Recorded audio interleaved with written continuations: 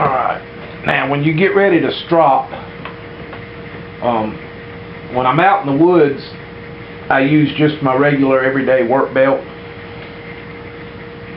When I'm at home, I've got a leather belt that I attach to a tree outside. But you can do it right here on your table. I've got just a piece of scrap leather. It's got a smooth side and a rough side.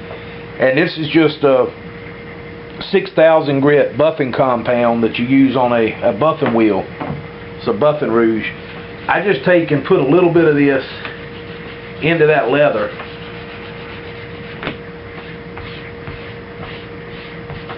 Just to give it a little bit extra.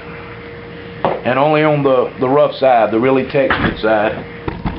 Let's see if we can get this in the frame there.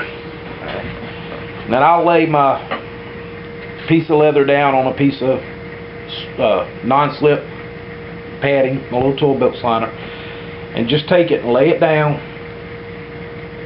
and pull it. Now I know in the movies you see them, you know, the barbers are all pounding away. That's Hollywood, people. This is a knife. You just want to drag it and let the leather do its job. Let that little compound do its job, and all that's doing is taking that wire edge off, refining that edge just a little bit more, putting a little bit of a polish on it. And you want to do a complete full stroke even when you get to the tip.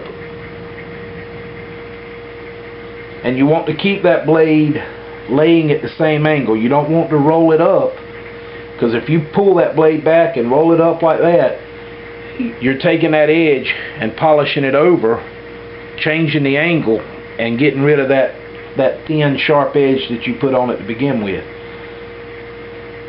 The reason why I use padding behind it is not only so it won't move around as much. You can even do this with a piece of wood. Attach your leather to a piece of wood so that it stays flat. You can use a mouse pad from your computer.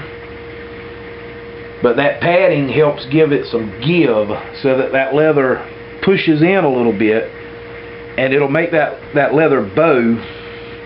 So instead of being taut and flat, it'll bow in just a hair, and that'll give you just a slight convex edge at the end of this. And that convex edge will cut heads and shoulders better than anything else out there. Next to a Scandinavian grind, I hadn't found an edge yet that cuts as good as a convex. The convex is just a real good slicer, especially if you're going through meat, say in a skinning an animal, anything like that. A convex edge just does a whole lot better job at slicing through with less difficulty than like a saber grind, or even a hollow grind. You take a hollow ground blade and put a little convex edge to it, and it just makes a world of difference to it. 90% of the knives I make, when I sharpen them, I'll end up putting a convex edge to them. It's a little bit harder to sharpen with just a regular stone, but I think it's worth it in the long run to me for the slicing ability that it has.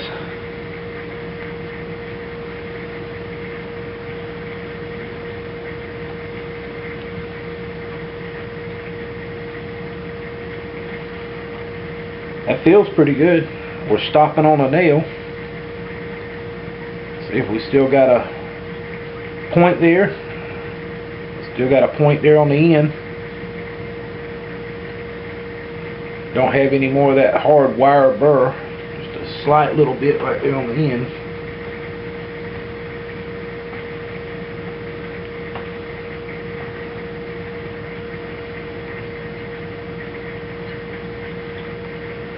Let's see if I've done any damage or not.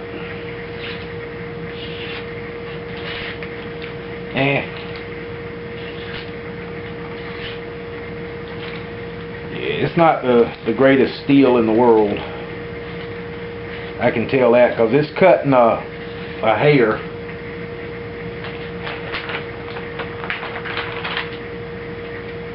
Or it's stopping on a nail, I meant to say.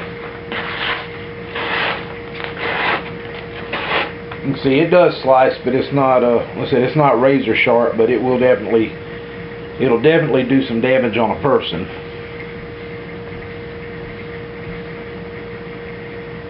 And for demonstration purposes, just to show you, my way of doing a Tanto blade, that's fine.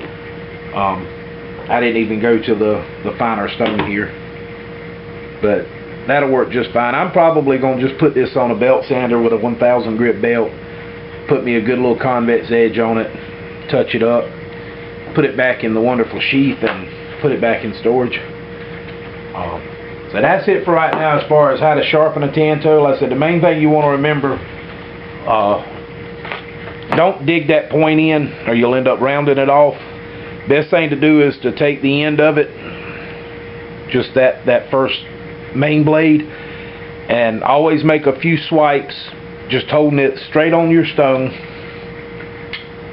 and make the strikes just straight forward, just like you were trying to shave off that stone, and then turn back around with it, or switch hands and do it the other way, keeping it straight and keeping it parallel with the end. That way you reform that point and keep it going, because that's what does most of the cutting on a Tanto, is the point. That's what they were designed for. They're not really meant for bushcraft blades. They're meant for killing, plain and simple. So that's it from Cable Guy Ken for right now. I'll have a couple of more videos here working for you in a minute. Any more requests anybody wants to see, just holler at me, let me know. I'll show you my stropping belt I use out in the woods at a later time when I'm actually out in the woods. Show you how I strop my Mora just to keep the edge up while I'm out working. And a couple other vids on some things in the works coming up probably sometime today, I hope. So, Cable Guy Ken, hope you enjoyed it. Peace out.